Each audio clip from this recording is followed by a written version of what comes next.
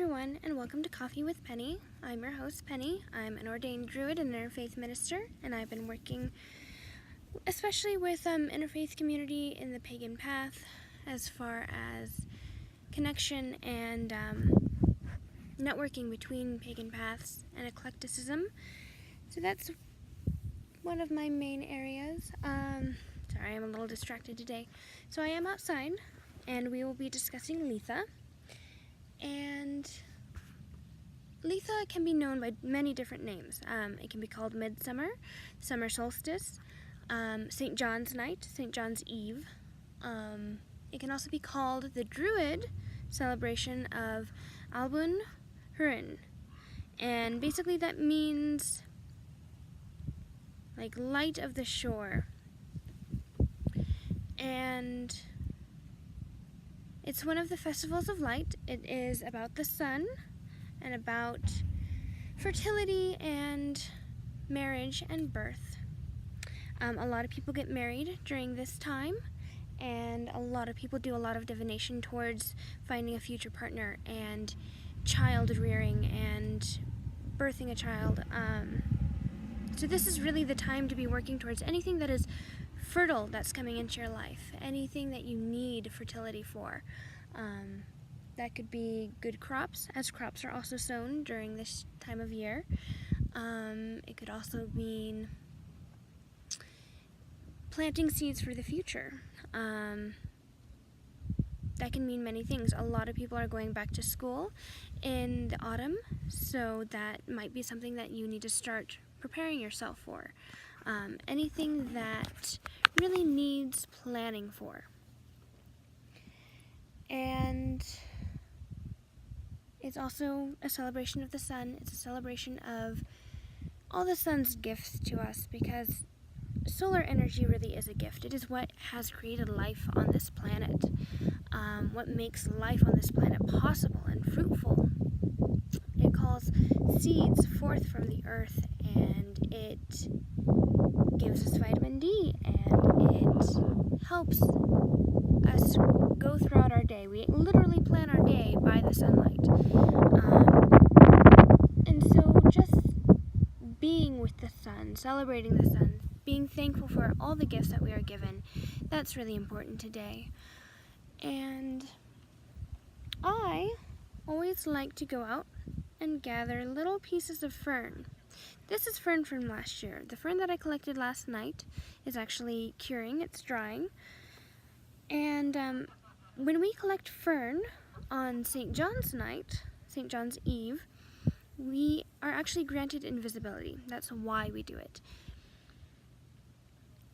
Now, the invisibility that I talked about before is not a physical invisibility. It's not going to turn you invisible. However, it will make you invisible to all people who are seeking to do you harm, and that can mean magically as well. No harmful, baneful magic can find you.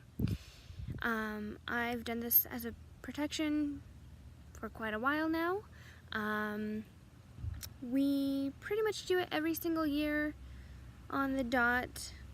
St. John's Feast can be a little bit ambiguous. It can be from the 20th through the 23rd, but generally, in Ireland at least, St. John's Eve is actually the summer solstice. So that's when I try and plan mine, and that's when I go out and forage. It's also a really, really good day to go out and harvest. Generally, depending on where you are in the world, a lot of herbalists and a lot of wild harvesters will actually tell you to only harvest before midsummer. Now, that can really be dependent on where you are in the world. Here, if it doesn't defrost until the 1st of June, there's no way we can harvest, because that leaves us 3 weeks for the plants to actually grow to fruition and for us to actually be able to harvest, and it would never work. So do take that with a grain of salt and really think about it, because it is kind of dependent on the weather. And that's why I think it is so super important to really know your craft, know what's going on, know why we do things, and know when it is appropriate to decide for yourself.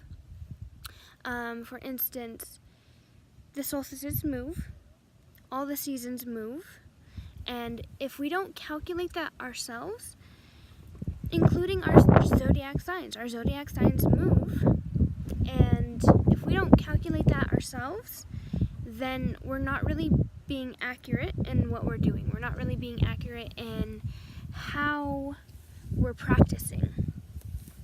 So I think it's really, really important to take that into consideration. Take your environment into consideration. That's part of why I'm such a locavore, and I really try and make sure that I stay as local as possible. And in some things you're never going to be able to. The way we live our life, it's not going to happen. But making considerations for that and understanding where everything comes from, making sure that it comes from a sustainable source, making sure that what you're doing actually makes sense. If you don't know why you're doing it, then don't do it, is my rule of thumb.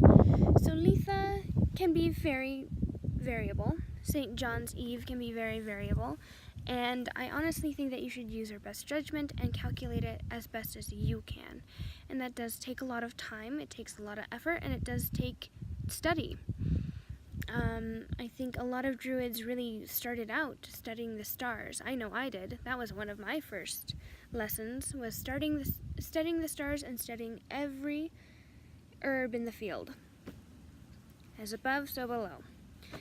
So I really don't calculate the stars that much anymore.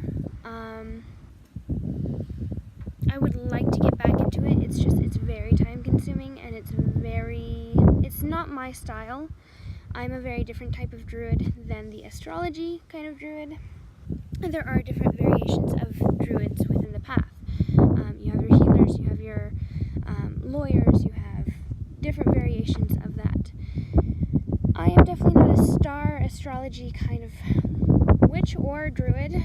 I have studied it, it doesn't resonate as much with me, but I do see value in actually calculating everything that I do and knowing what's happening when.